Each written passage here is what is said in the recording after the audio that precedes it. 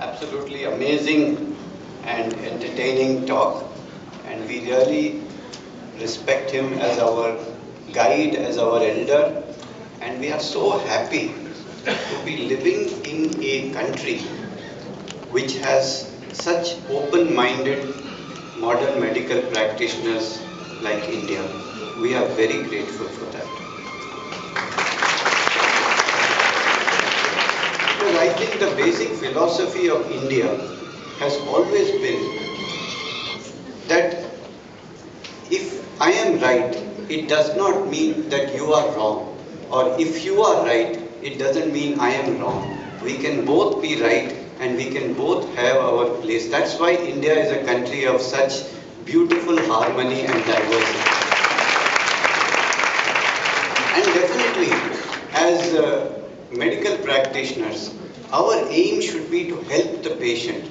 Doesn't matter which pathy the patient follows. And if we can integrate the modern medicine and homeopathy, it would be absolutely the best thing for the patient. But before we do that, we need to understand what the difference actually is. The main word for modern medical doctors would be now specialists and super specialists. And what does specialist actually mean? Specialist means that you focus on a very specific part of the system. So you have, earlier we used to have ENT specialists, now we have ear specialists, then we have middle ear specialists, and now we have left middle ear specialists and right middle ear specialists. So it's just a joke, but the idea is that there is a focus on the part of the body. And this is wonderful because you are able to understand what's going wrong with the different parts. There are diagnostic tools which are really advanced. There is surgery that's robotic. So it's amazing, and definitely we should take advantage of that. But what happens is, for most part, the chronic diseases especially, they don't find long-term solution in modern medicine. When you talk about arthritis, when you talk about asthma, when you talk about atopic dermatitis, when you talk about autism, there is no long-term solution.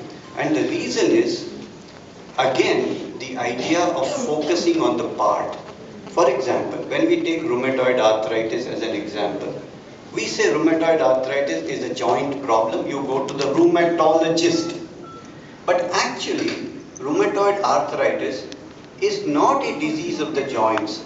It's a disease of the immune system. There is autoimmunity. That means your security guard, who is supposed to fight the robbers, is actually attacking your own self. That's the problem. And that attack is being shown in the joints. It may be shown as multiple sclerosis. It can be shown as systemic lupus erythematosus, any kind of disease. But the basic problem is not in the joint. It's not in the lung, it's not in the skin, it's in the immune system, which has gone haywire.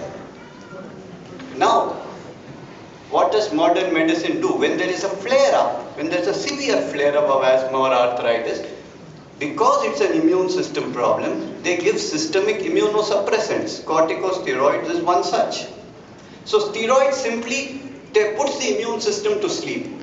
Oh, you are the problem, go to sleep. It's like putting your security guard to sleep because he's gone crazy.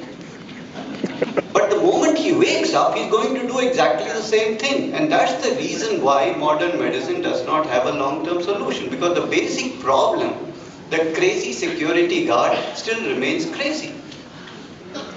Now, what does homeopathy do? Homeopathy understands that the immune system is not the problem. It is the whole system that is the problem. The immune system is a part of the whole. It's a part of a psycho, neuro, endocrine, immune system mechanism. It's like a cabinet of ministers.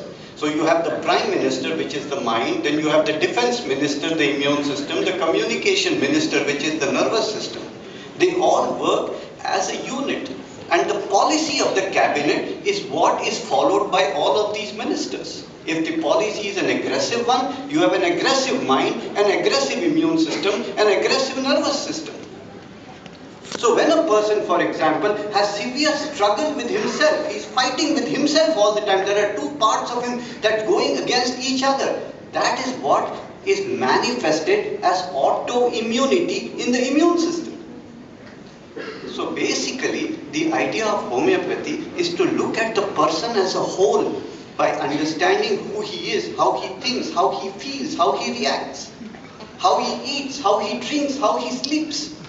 Because everything in him shows. So when you want to understand how a government works, you can see any department and you will see exactly the same idea. So instead of correcting each department, you go and correct the very policy at the center. And by doing that, you are finding a long-term solution to the problem. This is the basic difference. And definitely, there is a place for modern medicine. They have advanced diagnostic tools. They have surgery. For example, when something goes beyond control locally, you may need surgery. You may need local treatment.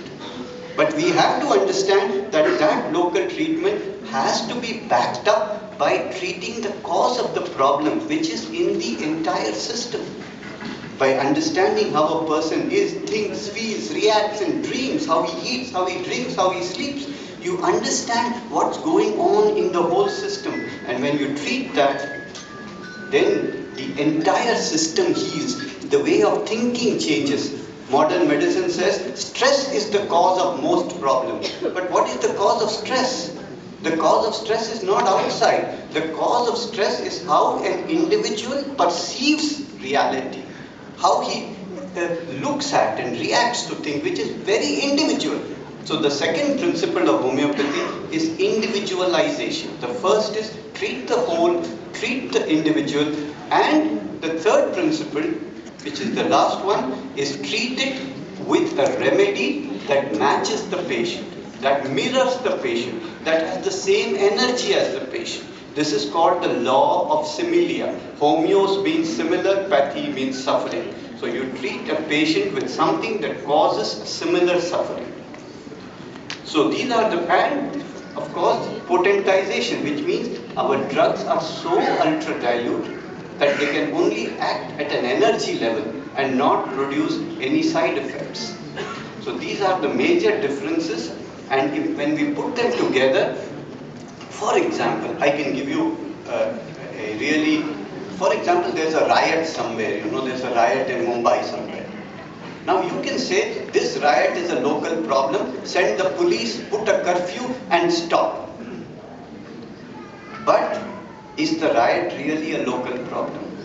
Is it not a manifestation of an underlying tension in the entire country which manifests at different places at different times? Unless the entire mentality of the country